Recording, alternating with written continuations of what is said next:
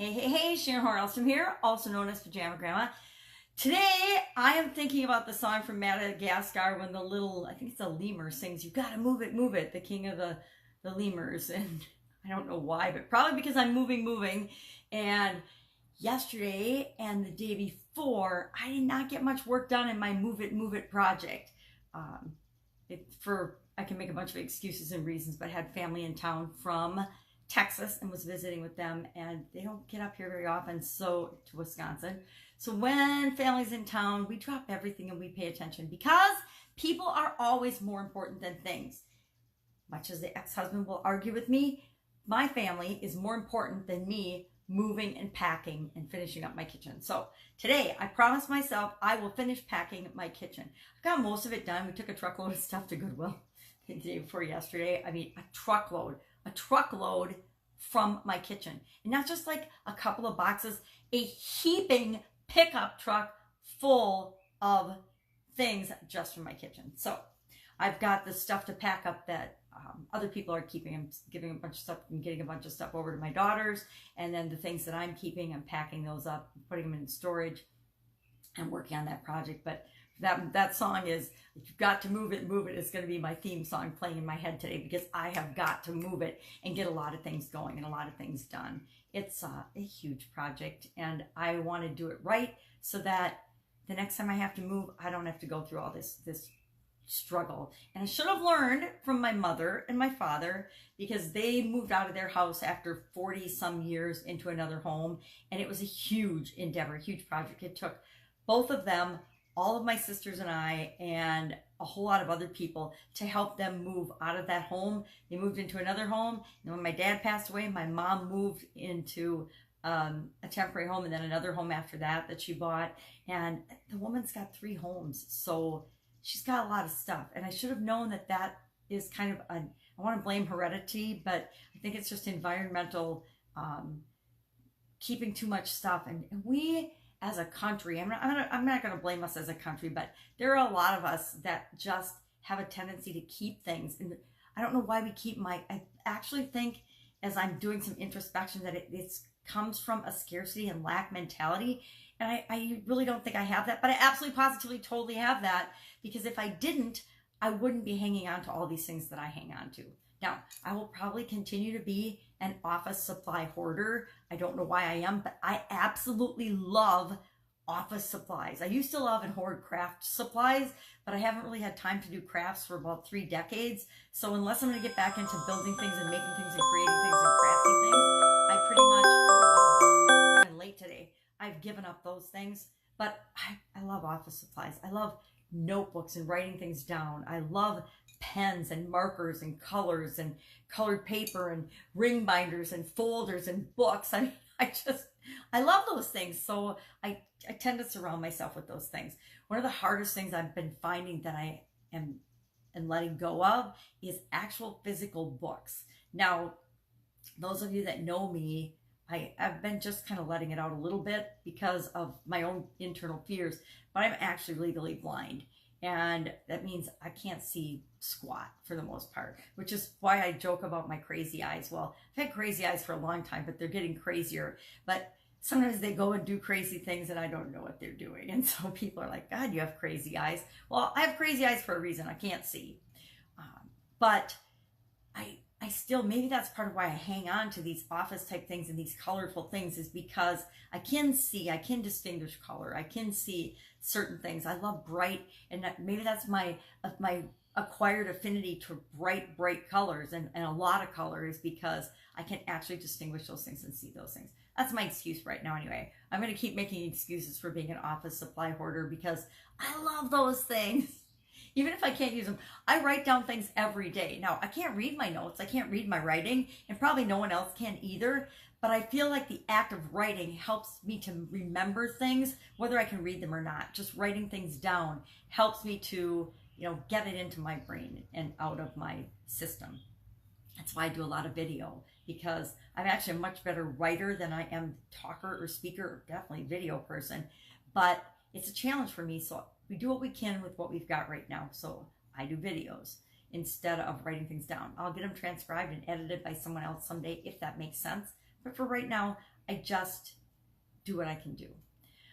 So what am I working on? 90-day challenge. Today is day 82 of our Heather and Havenwood, the Sexy Boss, and me, Pajama Grandma's 90-day influencer live video challenge. Today's day 82. We're working on and talking about one of my favorite things. I don't know if it's my favorite, but it's one of my favorite things. And that is the topic of the Dream 100.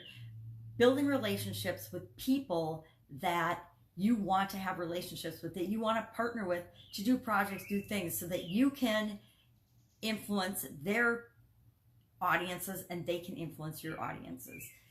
We're going to talk about how to build that relationship, how to go about building it, and doing it the right way, because so many people do it the wrong way. It's kind of like sales and marketing.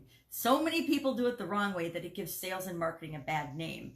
But there are pockets of people that are doing it right, that are building relationships, that are really about making the world a better place. And so I want to make sure, as part of this 90-day challenge, we're at least presenting this is what to do and this is how to do it right, so that it's getting out there. Now, of course, right and wrong is my opinion, but since it's our challenge, we get to say what is right in our opinion and teach that method. Just like everybody else has the right to teach what they want to other people, we get to teach what we want to other people. And I like to teach people how to do things the way that feels good to me. And right is, again, relative. What feels good to me is right for me. What feels good to my ex-husband feels right to him. It's right for him, but it's not right for me. And that goes without saying about absolutely everything, right? We create our own reality. We decide what's right for us. And it might not be right for anybody else. People might think we're crazy or goofy, but it doesn't matter. It's how it makes us feel. Now, again, so Dream 100 today, introduced the idea, had people start making their lists yesterday, because if you don't know about this Dream 100 concept and you want to know, hit me up. I've done several trainings on it. I did a piece in a couple of different coaching programs that I've done and a couple of different courses that I've done. And I would be glad to send you the link to those recordings. They're just videos about the Dream 100, what it is and how you can put it to work in your life and in your business. We can dream 100. We can create relationships or find people in any aspect of our life that we want to change or improve.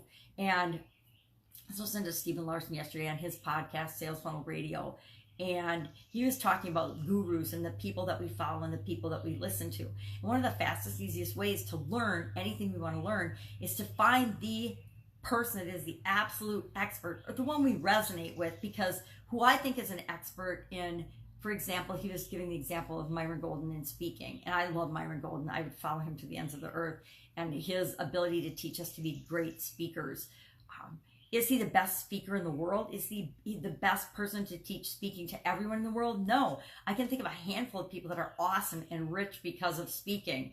There's Peng Joon, there's Dan Lok, there's Grant Cardone, there's Gary Vee, there's Myron Golden, there's Russell Brunson for internet marketing. But like he said, learn the one thing that makes and has made that person rich, that they created a framework and a way and a strategy of teaching other people how to do it, and just listen to that one expert, but only for that one thing. So you can pick whoever you resonate with. I named 5 or 6 people, and there's thousands of others. Who is the person that you resonate with the most, that has made money and is doing a great job teaching the skill that you want to learn? Listen to them and only them for that skill.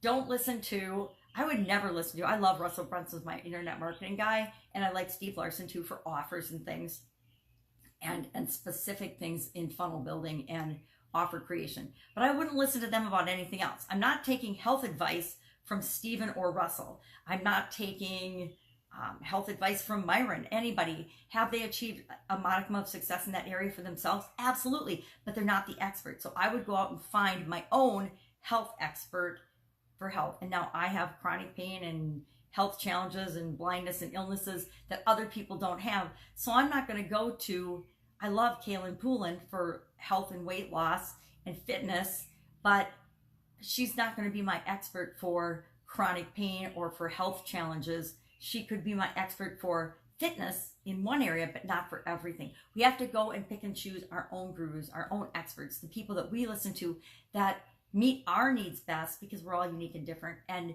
that we resonate with, that we can relate to. I love her. I listen to her for, weight, some things, but not for everything with respect to health.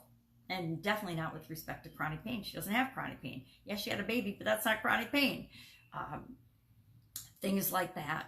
But for each thing that we want to learn and we want to become an expert at, we will search out those people, but not.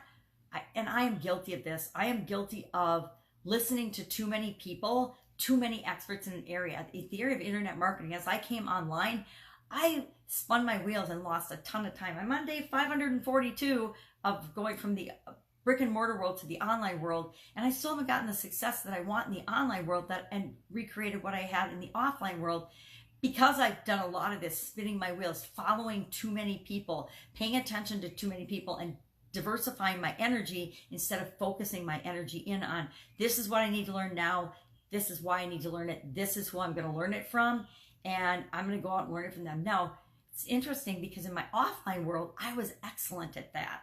My ex-husband and I were in real estate, and we found the best trainers and coaches in real estate, and we paid hundreds of thousands of dollars to get trained by those experts, and then we implemented and did what they taught us. So why on earth would I have let my energy get diversified and followed too many people as I moved to the online world? Probably because the online world is inundated with people that are claiming to be experts, and some of them are, some of them aren't. But instead of listening to my gut and who I resonate with, I just was kind of following the herd of training and learning and information overload. Those days are over. I have a handful of people and gurus I follow. I follow a different guru and specialist for my spiritual health and belief than I do for my physical wellness and health, than I do for my business health, my financial health, my contribution health. Each area I have only one person that I primarily listen to and follow, and it's actually really simplified and de-stressed my life a lot, because instead of having to listen to all the noise and all the things and everything that might get my attention, if it's not from so-and-so, I'll tell you some of my experts. And in a couple fields, I have a couple. For personal development, I love Tony Robbins, have for decades, and Brendan Burchard, and actually Vision, like a honey or whatever from Mind Valley. And so I have a lot in the area, because I think personal development is an area in which we have to do things. And now here's the thing with those three, all three of them speak to and have experts come in from other areas, and they are not only dealing with our personal development, they're dealing with personal development in all areas and aspects. I've also followed and listened to Dean Graziosi on habits, millionaire habits, and T. Harv Eker. I mean, I've in the past dabbled with a lot of different gurus, but I've always leaned to Tony Robbins has been my all-time guy. And then I got exposed to a little bit of Brendan Burchard and Vision and Mind Valley. And it's because after my major health challenge, I had a sudden cardiac arrest, I was exposed to a lot of personal development people. And that was my time of massive personal development and learning about myself and why I do what I do, and how I got into the point where I thought being dead was better than continuing to live in the chaos that I was living in. And that's where I kind of got involved. I guess that would be another example of where I listened to too many different people, because I was searching for my answers. And now that I've gone through that transformation and I've learned a ton, now I can narrow in on, all right, this is my guy, this is my gal, this is my person that I'm listening to in this area. And as we change and grow and are transitioning and learning different things, we'll pick and choose different people that we follow and listen to. But if we can narrow that down and not be listening to 20 different people, we won't get 20 different messages. And that changes over time. When we're first studying and looking and learning about something, I believe that we need to get a big, broad sampling of that. I am an avid reader, an avid believer in reading a lot of things. I remember when I wanted to learn about outsourcing for my manufacturing business, I got on Amazon, I ordered 20 books, I got them all shipped to me, I skimmed through them and found a vast array of different information about outsourcing and what worked for me and what would work for me, and I picked and chose the system that would work, and I created this system then from all those different sources and other sources as well that made the outsourcing framework for my manufacturing business. So we do that when we first start learning something. But once I created that framework and that foundation that I was using for outsourcing, I stopped listening to everybody else and I just continuously improved my own system. I think that that's what we do in most areas of our life. I studied a ton about health after my sudden cardiac arrest. I didn't before then. It was always dieting and losing weight and things prior to that. But when I had my sudden cardiac arrest, after that, I knew that if I didn't make massive lifestyle changes, I wouldn't be here. I certainly wouldn't be here now, but I wasn't even going to make it to the 3 or 6 year mark statistically if I didn't make those changes. So I did a ton of studying and information and research on different aspects of health, and not only just physical health, because my physical health was a reflection of my mental state, my emotional state, and those areas of my life, my spiritual state. So I needed to study all those. And then once I created my own system, and it took several years, probably 6 or 7 years, and I figured out what worked for me exactly, and I created my own system, then I only followed my own system and continually improved my own health system. And the same is true of my business systems and things like that. Learn a ton, then the change and the learning switches from following only 1 or 2 experts to stay current in what is the leading edge of success in that skill or that area, but creating our own foundation, creating my own foundation and system that works for me and my businesses and my unique set of circumstances. And then it allows us to really cut down on the number of people that we listen to and the amount of noise that's coming into our life and how we focus our energies to create what it is that we want to create. That was a bit of a tangent, but I think that it was worthwhile. So the 90-day challenge and moving, those are my biggies, and my 4-year-old granddaughter. Those are my 3 priorities right now. My coaching students and everybody, you're my priority, and you can get me anytime on Voxer. So never worry about that. I can talk and pack at the same time. Might not be able to Hulk boxes at the same time, but I can talk and pack at the same time. We'll get help with the bulky work, the hulky, bulky box lugging work, because that kind of tires me out. I don't mind packing and unpacking, but the bulking and the hulking, I get help with that, especially the heavy lifting. I used to be really good at that and super strong, but now I'm just kind of an old lady weakling. And so I say no to stuff that I would do in the past that I probably shouldn't have. Now I just say, nope, not going to carry that hacho, not going to help with the sofa. I'll carry the cushions, but I'm not helping to help the sofa. I'm not moving the beds. I'm not moving anything heavy. And that's not being lazy. It's just I know to get help and ask for help when required. And those are things I need help with. So what are you working on today? What have you got going? It's a beautiful bird chirping sunny day, and so I'm going to make sure I get outside for a little bit today because moving is important to me. But if I can help you in any way, go ahead and hit me up. It might be another week or so with my move, but I will point you in the right direction if I can't help you and you need something urgently. Take care. Have an awesome day. I'll, of course, be with you tomorrow.